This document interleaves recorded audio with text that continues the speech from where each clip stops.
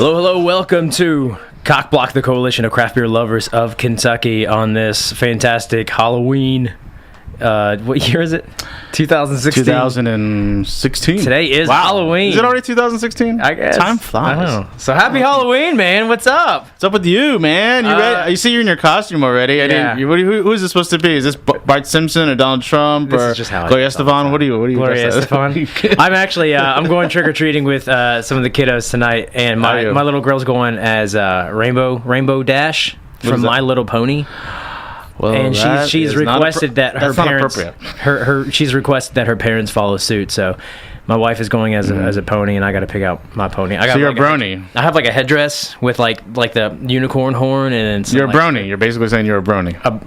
Oh yeah, what are they called? They're bronies. Bronies. Yeah, they're like the guys that are in love with My Little Pony. One of my buddies in Chicago was like telling me about it. I didn't know this was a thing, and he took a picture of like some guy's car. He drove like a Kia Soul or something, and he had like all these like My Little Pony bumper stickers. I'm like, this is the thing. Grown adults who watch My Little Pony and are in love with the My Little Ponies. And it's not anything like erotic or like weird or twisted. It's just like they really are just fascinated. No, it is erotic and is weird and twisted. Well, everything's weird and twisted for you. So what do you got lined up for Halloween beer beverage? Well, I'm gonna be grumpy, and I'm going as a grumpy dad who hates Halloween. Yeah. Are your kids gonna go trick or treating? Oh yeah. Are you gonna go with them? Actually, my daughter is going as Miranda Sings. You know this person? No. You will know. Well, probably by the time your daughter's old enough, Miranda Sings will not be popular anymore. But hold on. Who is she? Is she like a pop star or like a cartoon character? A YouTuber. That's like the cool thing. So now, we made like her YouTube celebrities an outfit that looks like this YouTuber who talks in a voice that I can't even replicate, but my daughter somehow can. And my son's going as whatever weird fighter costume we bought at the last minute at the store was. Really, like a pirate or a ninja? No, or something? It's like some kind of fighter. He wanted to be something from Overwatch. Like there are no adult Overwatch costumes. Adult? How old are your kids? I mean, excuse me, kid. They're only adult Overwatch costumes. This is for you, isn't it? I couldn't find a kid Overwatch costume, so we just went to the store and bought some fighter costume. This is your closet fetish. You've been talking about yourself this whole time, looking for adult costumes. I'm going as Sam Calagione tonight. Are you really? Or Great Cook. I haven't decided which. Yeah. You have to grow your beard a little bit longer. You know, Great Cook with the beard is insane. He's got the great beard, man. It's long. It's like down here. Plus, he's got like the hair like down his shoulders. I was teaching some stone stuff in my craft beer class the other day, and I was rubbing my beard, going, "See, this is why I'm growing my beard. Look at Great Cook. He looks awesome with that beard on." Yeah, you got a lot of fetishes. So what do you? I do, but we haven't even got to the shoe part. So what kind of beers do you have lined up for Halloween? Just got, thanks to some local friends who picked this up. I really appreciate the incredible kindness from our friend in Ohio picked it up, and our local friend who left it at his shop for me to go get. I got 2 different bottles of Dark Arts from Wicked Weed. Dark Arts, yes. Yeah, so let's practice some Dark Arts tonight with some dark beer and espresso version. It is thematically appropriate. Yeah, so I'm into the Dark Arts. That's a big bottle, right? 22 ounce? I know, 500. I think they're all. Is it 500? They are. Most of those releases. Has Wicked Weed ever done a 22 ounce bottle? I don't think so. No, I don't think so. Or 750. Or 750 now. No, I bet you're right. Yeah. I haven't. I don't think I've ever actually had that one. So yeah, 500 sounds right. I might be dipping into that. Okay. If I want to do something thematic, or might just drink beer. Or just or whatever's like. I'm positive if it's me and my wife going out with the kids, we will have a can of beer probably in our hand as we walk. Oh yeah, the neighborhood. Yeah. I think that's pretty much par for the course anymore. But the problem is when you have to pee and you're in the neighborhood walking around. Just stay within like a. You got to kind of hit a bush somewhere where no kids are looking, or you don't get arrested. I had like my house is here, and I go within like a 0.2 mile radius, so that way wherever I'm at, I'm like beeline back to the house, hit the potty. So you don't pee outside. You pee. You go back home and pee. Well, I mean, it was that one time I got arrested for doing it at a playground, but that was yesterday. Yeah, I've cut back since then. Back on my rest. Yeah. So are you gonna go walking around with your kids? Every year. I have been doing this every single year. Do you remember when you were a kid, like back in the 1800s, like you could just go out and you could trick or treat by yourself, and there weren't any adults anywhere? I think my parents went with us. Did they really? Until I was 20. Until you were 20. My parents never went with me, and I remember when I was a kid, we didn't get the the cute little bucket shaped like pumpkins. I got like a pillowcase. I got a freaking pillowcase, and I just you took my pillow out, and we had a contest. Pikesville, right? Huh? You're from Pikesville? Not at all. And where'd you even get that from? No, I'm born and raised in Lexington, man, and we would try to see who could get their pillowcase full, because there's no bottom to those things. Matthew, it's like this big. You got your pillowcase? You going out tonight trick or treating? You bring me back some candy, y'all down here right there. I got my pillowcase half full one year. Did you eat it all? How much Yes. I got diabetes. I'd probably throw about half at least of my kids' candy in the garbage. That's where, always the crappy candy. I don't need candy, so I don't want it. But I don't really want them to have it either. Yeah. You know, I thought we should give out ketchup 1 year, or potatoes, gluten-free vegan. Here's some vegan sushi. You'll really enjoy it. Yeah. What are these white blocks? It's called tofu. Tofu. It's good for you. You'll join the cause. Soy is our friend. Why does it come with a pamphlet? It's all about veganism. Just read it. So it's a good chance to get propaganda out the door. Yeah, exactly. All right. So what are you drinking, my friend? I got I pulled a little another thematically themed, appropriate themed beer from my cellar, a 2013 Wolver, going with the Thirsty Dog, the werewolf theme. Yeah. That, you've had it before, I'm assuming. That's a fantastic barrel aged Scotch ale, I believe. Yeah, it's got a few years on it, so hopefully it'll be good. Hopefully it won't be garbage. It's kind of sad that they don't distribute here anymore. Do they not distribute? Have you ever seen? When was the last time you saw Thirsty Dog on the shelf? Years. It's been ages. Years. So I guess they pulled out. I'm gonna guess they don't distribute here anymore because we don't see the beers. If they're distributing and not sending beer, that's a really bad business model. Yeah, that would be. That's not the way to do it, by the way, guys. So that'd be a strange way to make money. You can get them in North Carolina, but you can't get them here an hour away, or maybe a little over an hour. They're not Cincinnati. They're regional, right? They're like Akron or something like that. Yeah. So, well, that's shame on them. Well, maybe it has something to do with the slowdown in craft beer, which we'll talk about a little bit later. The so-called slowdown. Everybody has been writing about it, especially none other than Anheuser-Busch. They've been all over that bandwagon trying to talk about, craft beer slowing down. We've been predicting There's a recent interview of Carlos Burrito. Sounds delicious. His name is Burrito, not Burrito, which, could be, he's Brazilian, so people could misinterpret your burrito reference. Although not that burritos are Brazilian, they're not. No. But Carlos Burrito, he had something to say recently I saw today being circulated on Facebook by some beer folks. Don't say it yet. We'll talk about it. We'll leave it as a surprise. Okay. Surprise. Yeah, and then we got some other stuff to talk about from one of the most notoriously, I guess kind of Halloween themed places, or just kind of evil places, Surly Brewing. Surly. Big news with Surly. Yeah, they lost one of their main guys to I don't know if you call him a competitor. Todd Hogue. Yeah, so we'll talk about that too. But Todd Hogue. More importantly, we had a festival called The Festival. Oh, no, not the Festival of Ale. the festival. Literally just the festival. And I think... Which I was not in attendance, but you were. Anyone interested in beer in Lexington, except for Matt... Except for me. Supposedly a beer guy, was there in Louisville. I don't drink. On at least one of the 3 sessions. And I'm not normally a big festival guy. I've gotten kind of tired of festivals. Yeah. Because I just don't dig the bad breath, the sweatiness, the crowdedness, and then there's everybody else around you. Toilet, people pooping in porta johns at 8:00 in the morning. Go before you leave home. What is wrong with you? Yeah. The lack of food or whatever the case may be. And but this one, when it was announced, the Shelton Brothers Festival, and Shelton Brothers being, the distributor of both your, really high end European or international beers, plus a select group of American breweries. Yeah. When it was announced they were going to bring this to Louisville and they do these festivals around the country, I just knew I couldn't resist. And I thought I couldn't resist. And I thought, no, I'm not going to do it. Then I'm going to do it. No, I'm going to do it. And then when the tickets went on sale at 10 a.m., there was at the computer like a force was pushing me beyond my control. Yeah. And suddenly I saw my fingers hitting the keyboard and buying a ticket immediately. And I didn't have to rush because I don't think it even sold out. Yeah, I don't think they did either. But I did have to do it when I drove down I was going to spend the night at first because, hey, don't drink and drive. Yeah, exactly. Safe, responsible driving. But I decided I didn't want to be there from Louisville from 3 o'clock so the next morning. Didn't drink a lot. So you didn't. So I did come back. You sampled. You didn't get to sample as much as you probably would have liked to. I was probably. I still consumed. Yeah. Probably not a safe amount, but I was fine and walked out of there. And I probably could have had another 10 beers if I really wanted to rock it.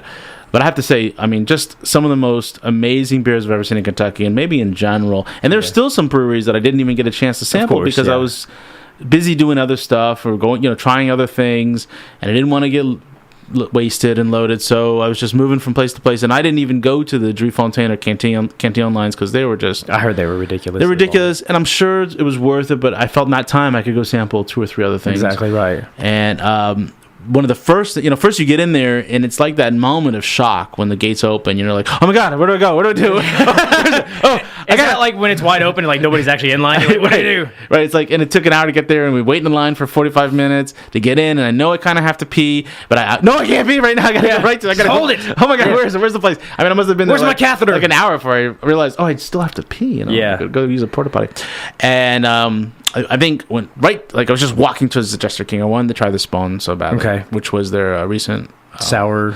spontaneously fermented beer that they've been from Jester King. It's been going on for years now. They've been doing this beer, right?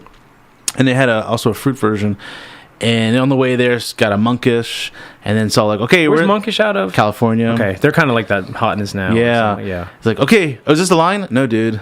That's the line. Okay. Oh, yeah. So it was one of maybe 2 lines I waited in all day. You're like Ralphie from A Christmas Story. Right. Like, what are you doing? Like, I'm standing in line. Buddy, the line's back there. Yeah. Lining around in this madhouse. But the thing is, the night before, because there were 3 sessions, so there was a Friday night. Yeah. And I think the VIP, I guess, is separate on Friday night. Then there were 2 Saturday sessions.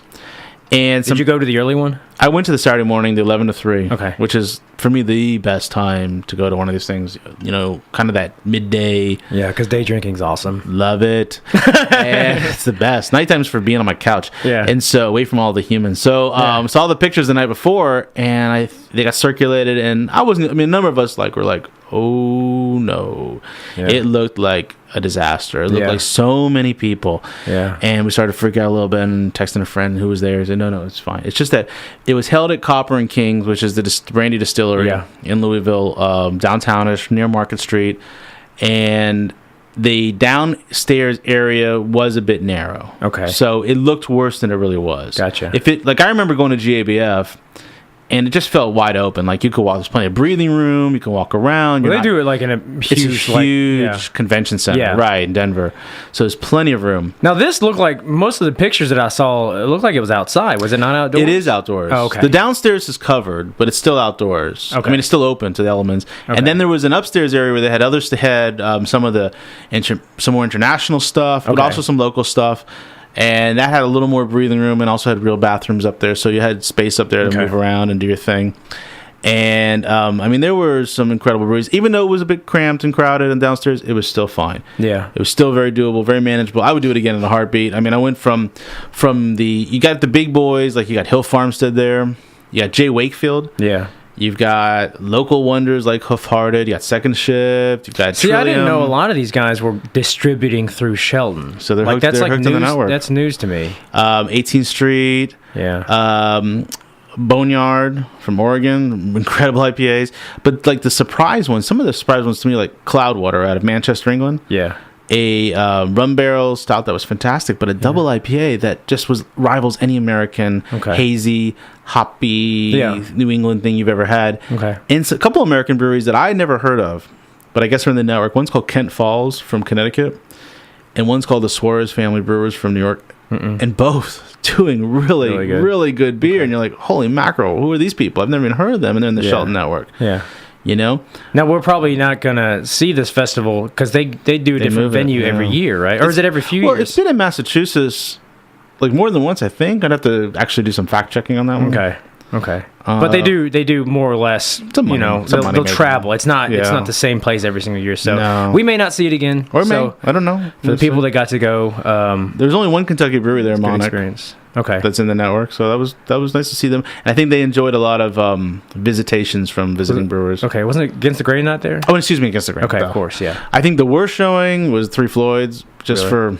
I mean, if you don't live here, maybe it's a big deal to go and see Dreadnought or Zombie or the Red Death Sour. But for us, we see that every day. Yeah, you can still buy this stuff all the time, so it's not a big deal. So what were the highlights for you internationally? Because there's a lot of breweries. You kind of mentioned Cloudwater. I love that Cloudwater. I thought it was fantastic. Yeah, who else stood out that's not in the United States that we might come across? Who else? It's interesting to see some of these breweries, like you said, that are in the network or the distributed through Shelton Brothers that a lot of people just don't get to see, and we're so focused on American beer and stuff that we now don't. The brewer. I mean, that's the other cool thing about this too is that most of if not all of them, I don't know if all, but most are staffed by the brewers or the owners, right? Yeah. Okay. So you walk up to Grimm, And I recognize there's the guy from Grimm, and I'm like, cool. Oh man, we're reading an article about you in my class. Grimm out of New York. Yeah, which right. Aren't they Gypsy, or do they have their own system? I think they're building their own, but they're still So they're out of like Brooklyn. There's Sean Hill pouring bottles. Hill Farmstead, right? Really great. And the guy from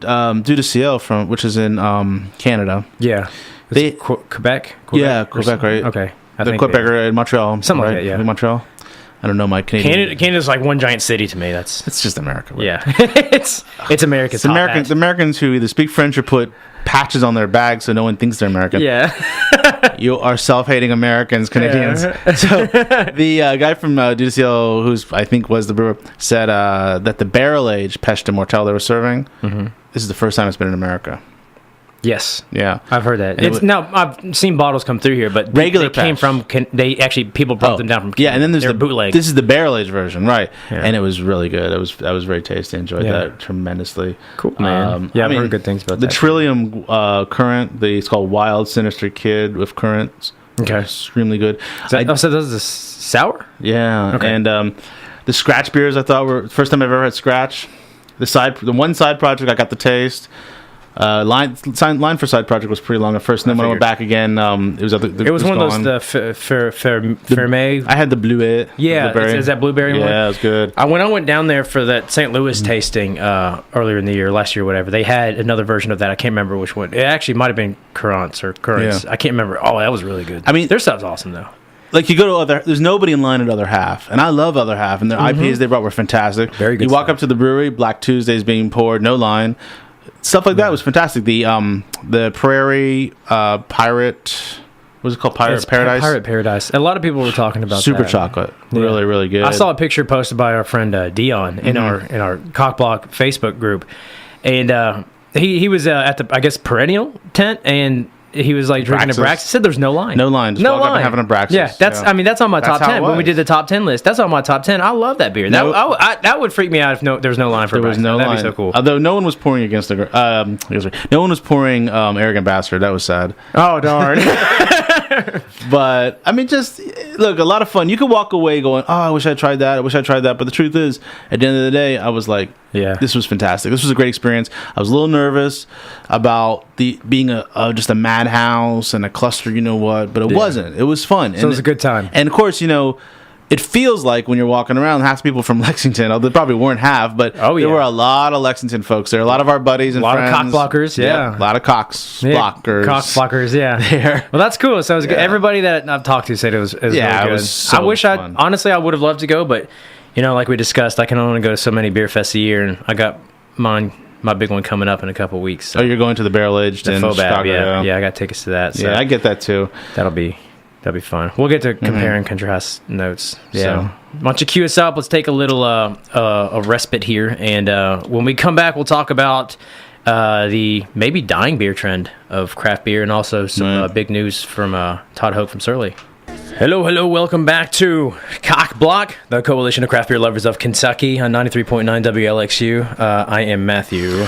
My name is Jeff. And we have been talking about some Halloween stuff. Happy Halloween, everybody. If you're going to dress up and trick-or-treat, be sure to drink responsibly, I guess, or just take a cooler with you. Yeah. Don't just take one can. Put a lid on your cup, people. Be respectful. Right. Be respectful. Don't spill when you're asking for your candy. You don't want to spill beer on their porch. I know, and it's a waste of beer. Unbelievable. It's a waste of beer too. Yeah, but we've been talking. Bring an extra to hand out.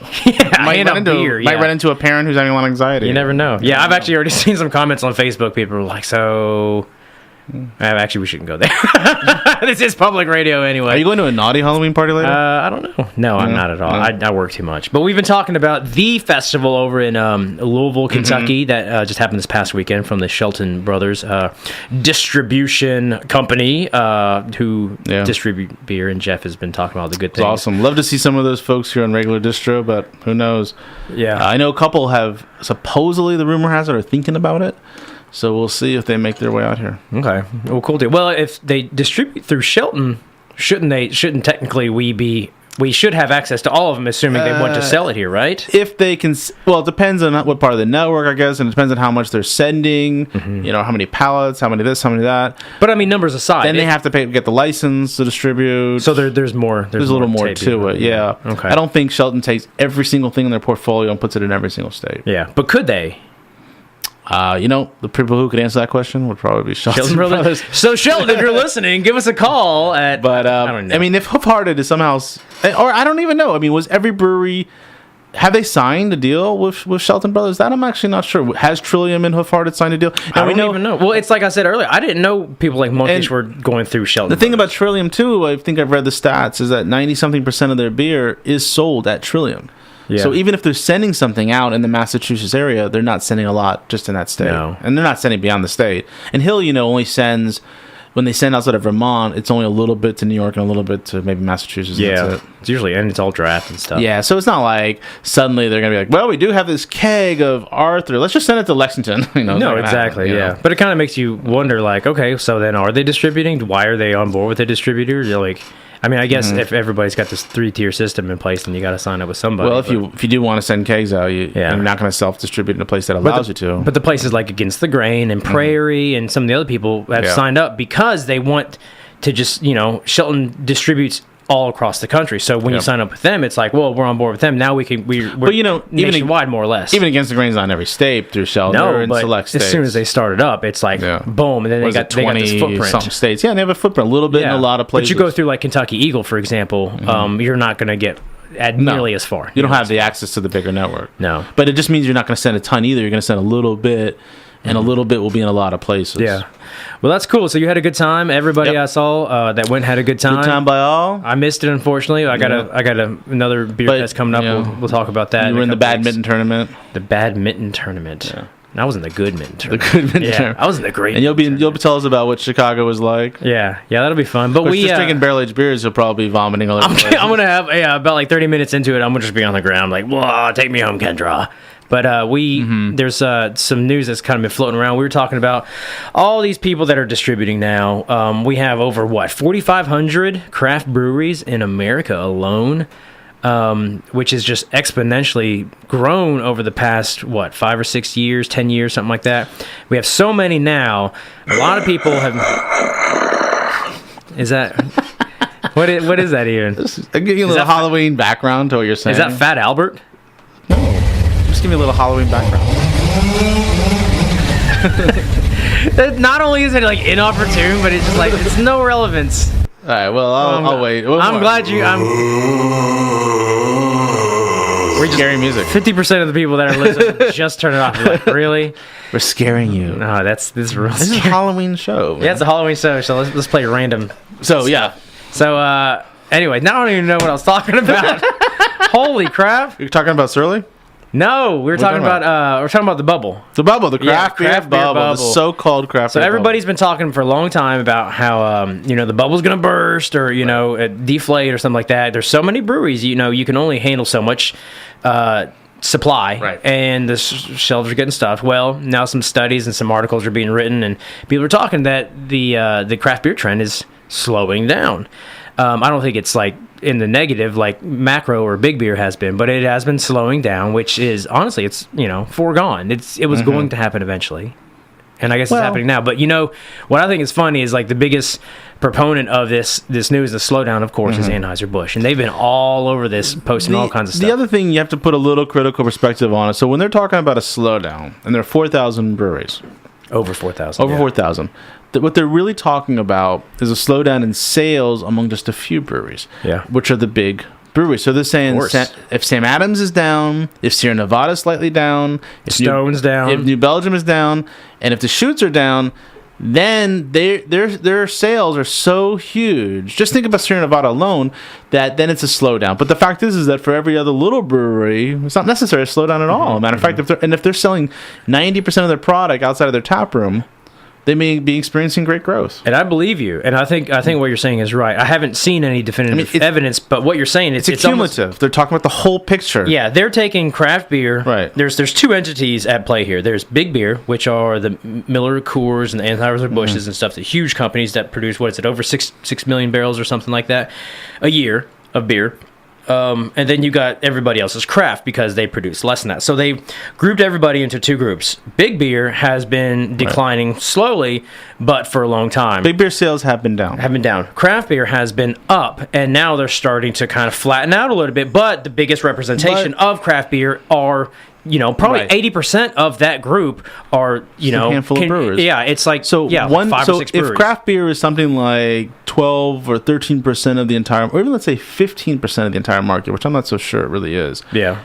Over 1% of that is just Sam Adams alone. Yeah, exactly. So if Sam Adams is down, that affects the overall numbers. That doesn't mean that in Kentucky beer's down or that in Indiana's beer down. That could mean West 6. It could mean Sierra Nevada had a lot of returns. It could mean it could mean they're Stone's not moving as much pale ale as they were moving before. It's often slanted by the big boys within the craft beer industry and not the overall 4,000 breweries, the majority of whom do not depend on packaged beer in mass distribution. Most of it's tap room, kegs, growlers to go.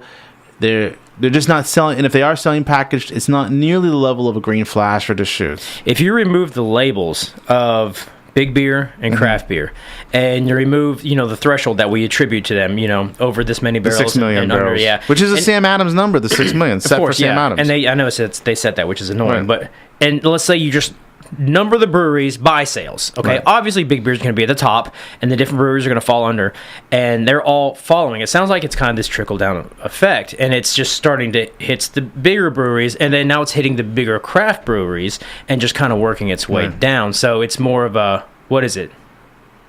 What? I don't know. there's got to be a word for that where it just kind of trickles down and all of a sudden. Trickle down voodoo economics? Yeah, I don't know. You're the doctor. Reaganomics? Yeah, Reaganomics. I mean, so for the big craft brewers, they're competing for shelf space. They need the shelf space in they need to be in the grocery stores, and they need to be in your liquor store. So Deschutes leaves Oregon and wants to build a Virginia brewery because they want to be in every state for some reason. But now they got to sell a lot of Obsidian Stout, and they got to sell a lot of what's another main one they do? Not Chase and Fresh, that's only a seasonal thing. Yeah, I can't. Whatever it is. So they got to sell a Pine Drop or whatever. They got to sell a lot of. Stone's got to sell a lot of pale. Sierra Nevada still has to sell a lot of pale ale, and it's probably harder for Sierra Nevada today to sell pale ale than it was 15 years ago. They're kind of old news now. There's just so much competition in that category, and the same thing for New Belgium.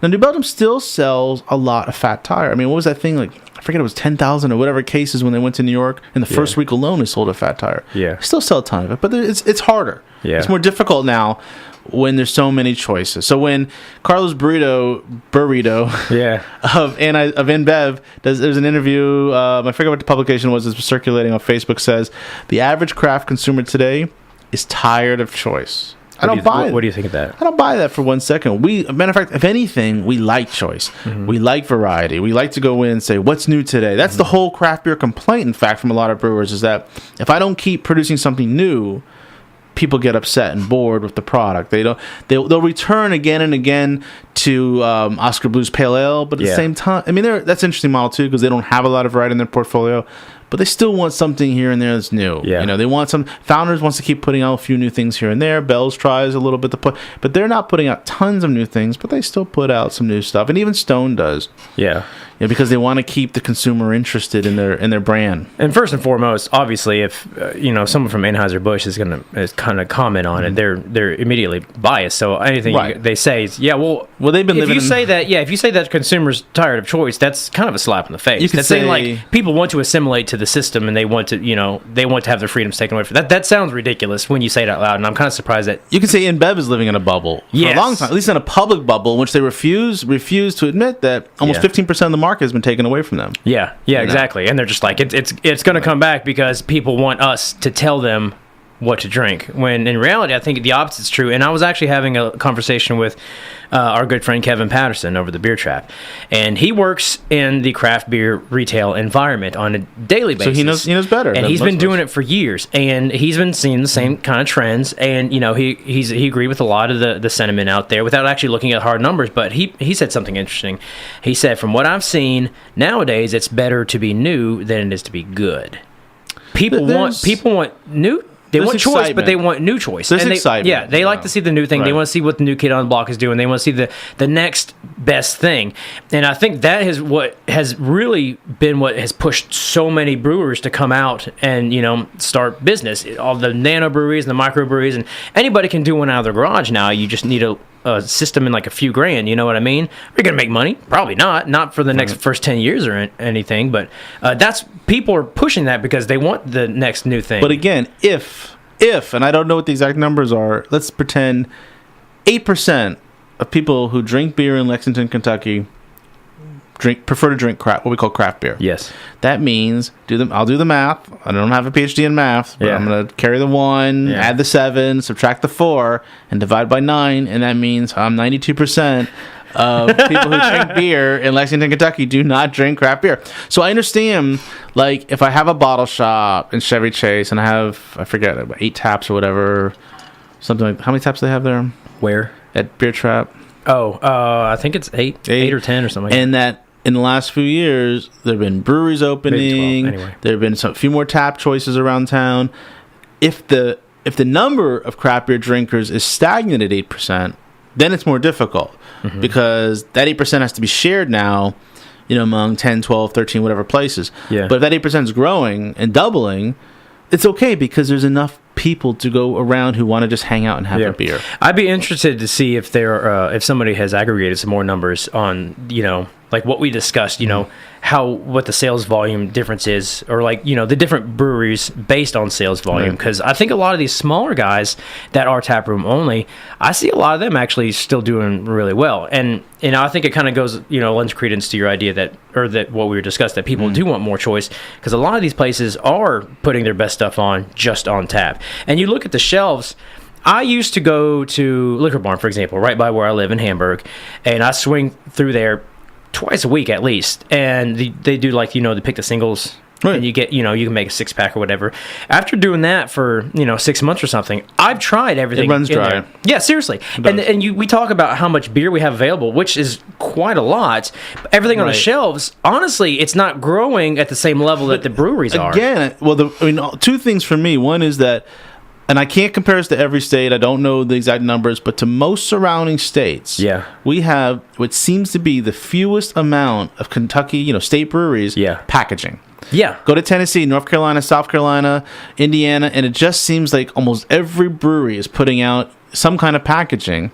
And then the second part is if you compare. Now I know the populations are different in terms of overall size, and the market is still much smaller. But then go to a place like Indianapolis or Chicago or even Asheville and try not to be able to fill your sixer with brand new singles. It'd be very difficult because there's just so much packaged beer to choose from that you can do it. Well, now also their distribution is much different than ours. Of course, then they have a bigger population. Yeah. Plus they, and it's easier for us to, look at a perspective of having lived here for a long time, because I've been looking at the same shelves. So maybe the guys, and someone that lives in Asheville and visits up Tasty Bev Co. Bottle Shop or whatever. Right. Twice a week, maybe they got the same gripe that we do, because they can still go down to Green Man. They package too, but they look at the stuff that rotates through the brewery like on a weekly basis. If I lived in Denver area or Asheville area or Chicago, I think it'd be very difficult for me to run out of options. Yeah. Is that supposed to go in line with? Well, I think we have to take a very short break. Okay, take a break. And you're listening to 93.9 WLXU, Lexington Community Radio.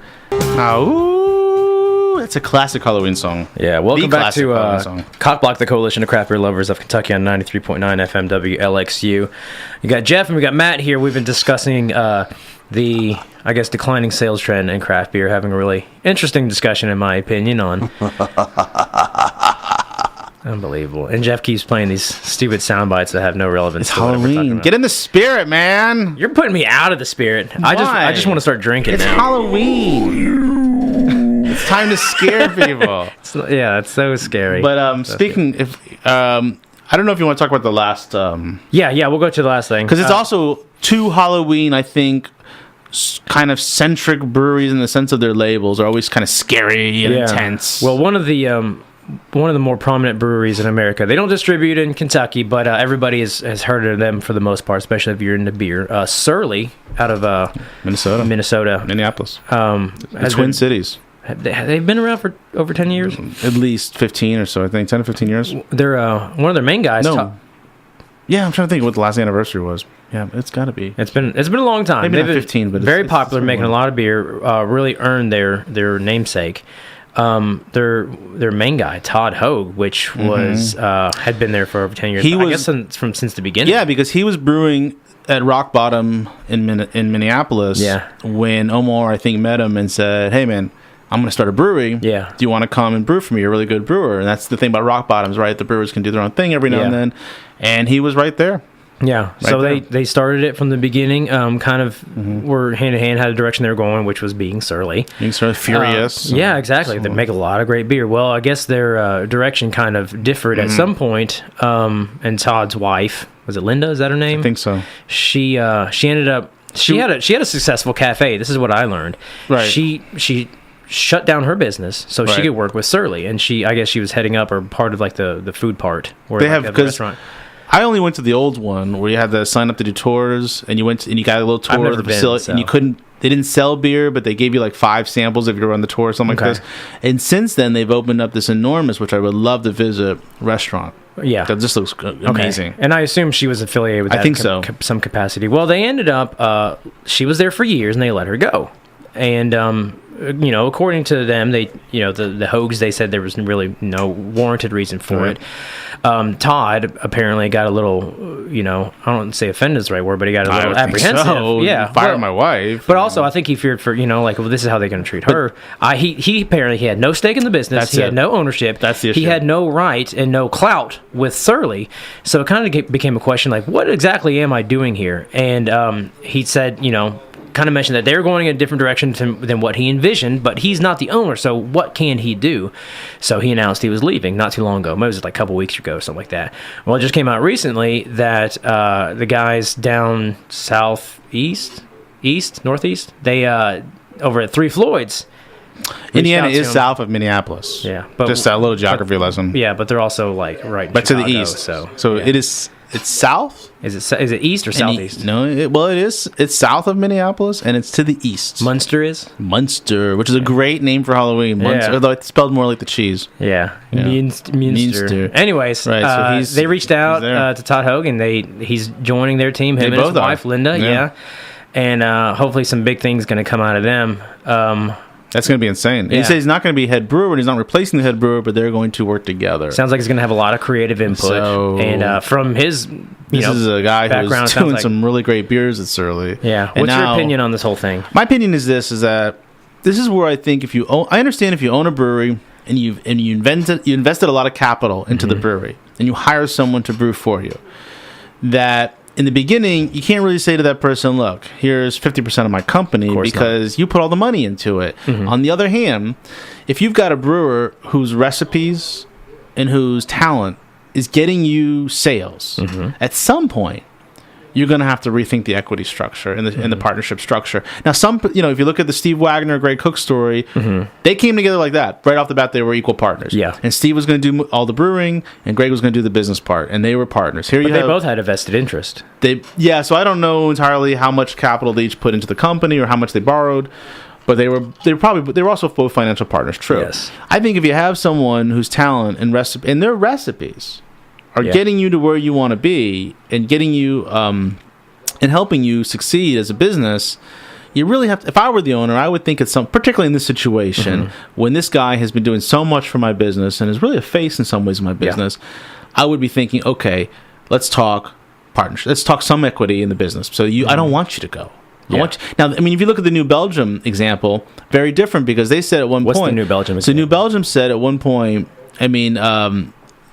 Kim Jordan had already, she was COO, whatever. She'd already made all her money, and she said, listen, we're going to change the ownership to employee-owned. And everyone gets shares now in the company. So now there's a reason to work here and stay here. Yeah. Because I own a piece of this company, not even just the brewers, but everyone. We're packaging, hospitality, whatever it is. I own a piece. And I think Odell I don't know if it's Odell, someone else, I've seen some other companies do this too, where they turn employee-owned. But the very least, if I have a brewer and I don't want that brewer to walk, I would think I'd give that person 5%, 10%, something in the company in exchange because he's given me his recipes. Yeah.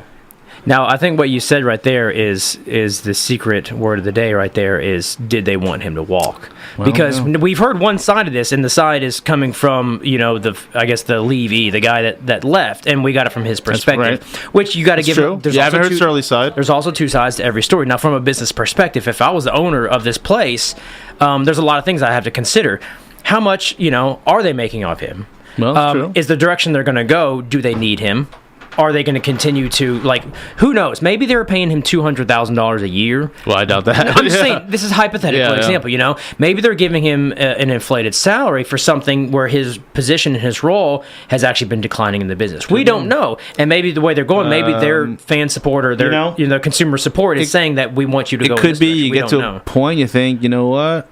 We can make these beers without you. Yeah. And the thing is, I think you're right. If they wanted him to stay, they should have stepped up. The fact that they didn't makes me wonder. Maybe they didn't want him. That's the weird part. When you've been with a company so long, and the company's identity is tied just as much to you, the employee, as it is. And I can think of other businesses, even locally, where people sometimes misinterpret or confuse the person who's the face of a business with being an owner in the business. And no, that person's not. The person just works there. Yeah, exactly. Right. So I think it's a very specific example too. Yeah. Yeah, and I think in this situation, it's very interesting that he is the face of the business. He had a beer named after him. Because one of the interviews I read demonstrates that from his point of view, this is not a pleasant part. This is not like Mitch Steele saying to Stone after all these years, this has been great. Thanks. I've got a really great experience in developing all these amazing IPAs here. Shake hands. I can't wait to come back and visit. Right, but I'm just going to start my own business now and do my own thing in Atlanta. This is completely This is different. it sounded like there's some harsh words even said. So it's too bad. To me, the question isn't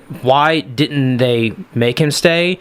It's why didn't they want him to stay? Yeah. I think there's a little bit more behind it. Obviously, there were some bad feelings. Yeah. So I mean, if this was The View, we could all sit around and ask. Well, I think it's good for what's gonna come ahead, though. Maybe we'll see some good stuff out of some more good stuff out of 3 Floyd. That's not even a Halloween sound. That's like somebody taking a bath. It says blood. Oh my gosh.